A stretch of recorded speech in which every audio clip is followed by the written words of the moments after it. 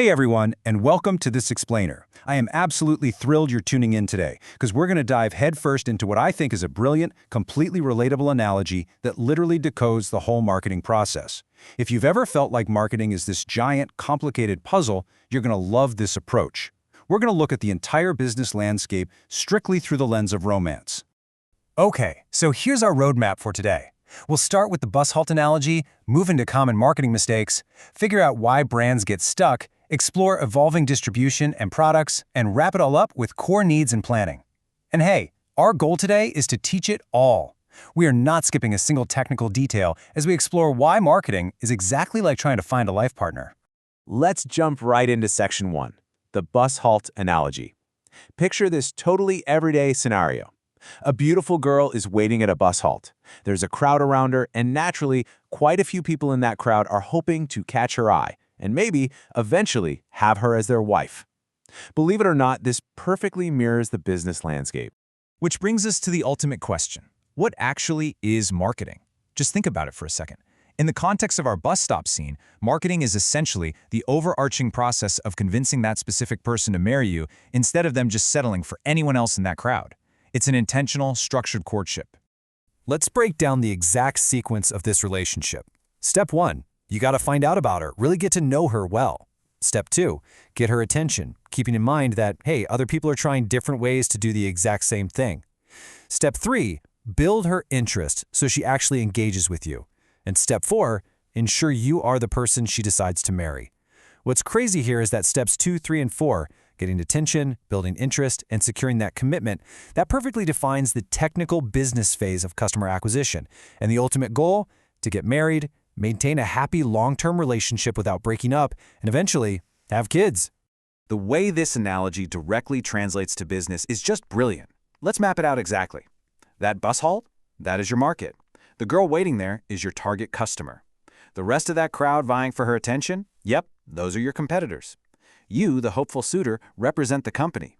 And those kids that come from a long, happy marriage? Those represent your new products. Every single physical element of that bus stop romance maps directly to a core business equivalent. Moving on to Section 2, Common Marketing Mistakes. Look, romance doesn't always go smoothly, right? And just like nervous, fumbling suitors, companies make some highly predictable and honestly pretty awkward mistakes when they're courting their customers. First up is influencer marketing. The trap a lot of brands fall into here is this, hey guys, here today, there tomorrow attitude. It's totally fleeting. There's zero real loyalty or long-term commitment being built. Then you've got Rush TV commercials. Imagine running right up to that girl at the bus stop and just yelling, I love you, let's get married within a year. It's way too aggressive. The timeline is completely mismatched, especially if, metaphorically speaking, she already has kids now and is in a totally different stage of life. You just can't skip the courtship steps. And then there's this quote, which I just love. Marketing is a story I'll give my life. But on a rainy day, can I have the blanket? No, I'm cold too. I mean, wow, that perfectly captures the ultimate dating fail, doesn't it? You make these huge, dramatic brand promises when everything is sunny and easy. But the moment the customer actually needs you, when it's raining, you pull the blanket away. Boom. Trust destroyed instantly. All right, Section 3, why brands get stuck. So, what happens after a failed courtship or even worse, a stagnant marriage? Let's shift gears from those initial dating blunders to the harsh reality of why relationships go stale and why brands suddenly stop growing. Like I said earlier, we're teaching it all today, so let's hit every single reason brands get stuck. First, forgetting product quality. The golden rule should be never touch it once you've perfected it. Take the brand Malaban as an example. They've retained deep customer loyalty across generations simply because they never, ever compromise on that baseline expectation. Second, missing major trends.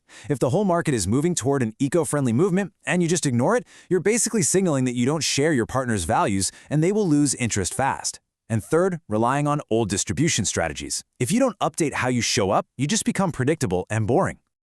It all boils down to your core value.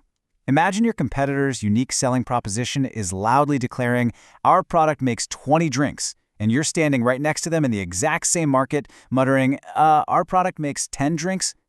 Having a weak, identical, or just plain mathematically inferior USP means you instantly lose the customer's attention to the crowd. Why on earth would they choose you? Which brings us to Section 4, involving distribution and products.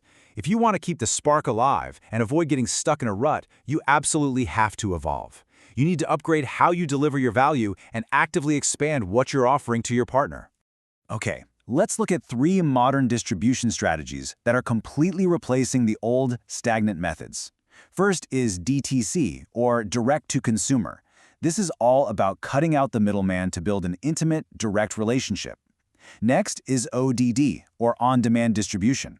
This means giving the customer exactly what they want at the exact moment they want it, stripping away all friction.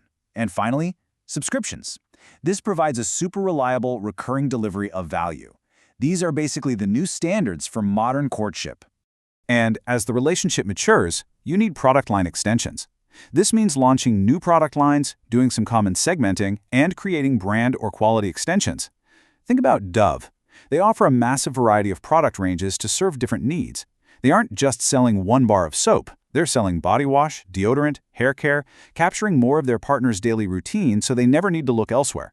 And remember our analogy from earlier? These new product lines are the kids of the relationship. They represent growth, depth, and a thriving long-term commitment. Now for our final section, core needs and planning. How do you actually sustain that commitment over time?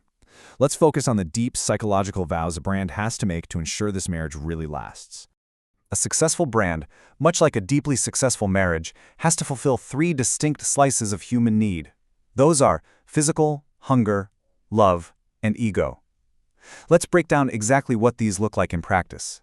Every detail here is absolutely crucial. First, physical hunger.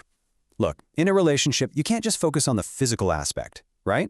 The functional utility of your product is just the baseline. It satisfies an immediate need, sure, but it doesn't build profound loyalty. Second is love. A brand shows love through shared values. For instance, IKEA takes used items back so they can reduce cutting down more trees. That demonstrates genuine care for the world their customer lives in, which fosters a really deep emotional connection. And finally, ego. This is the attraction and status gained by using the product. Think about that prestige you feel when you wear Nike. It elevates the customer's self-image. It makes them feel elite. You literally have to hit all 3 of these to lock in the relationship for good. But listen, all the romance and psychological understanding in the world won't save a company if they don't have a concrete roadmap. You know the famous saying, if you fail to plan, you are planning to fail. It's so true. If you're stuck, a solid plan is quite literally all you need to get moving again. And executing that plan requires some structured task management. A highly recommended approach is using a visual Kanban style to organize your workflow. Setting up this kind of visual system ensures that your marketing efforts, your courtship, stay completely on track so you never drop the ball. So we've covered every single step of the journey today, from spotting them at the bus halt all the way to building a lasting, multi-layered marriage. I want to leave you with this. Knowing what you know now about the romance of marketing, how will you plan to court your next customer? Take a hard look at your strategy, evaluate your current relationships, and go make that connection. Thank you so much for joining me on this explainer, and keep learning.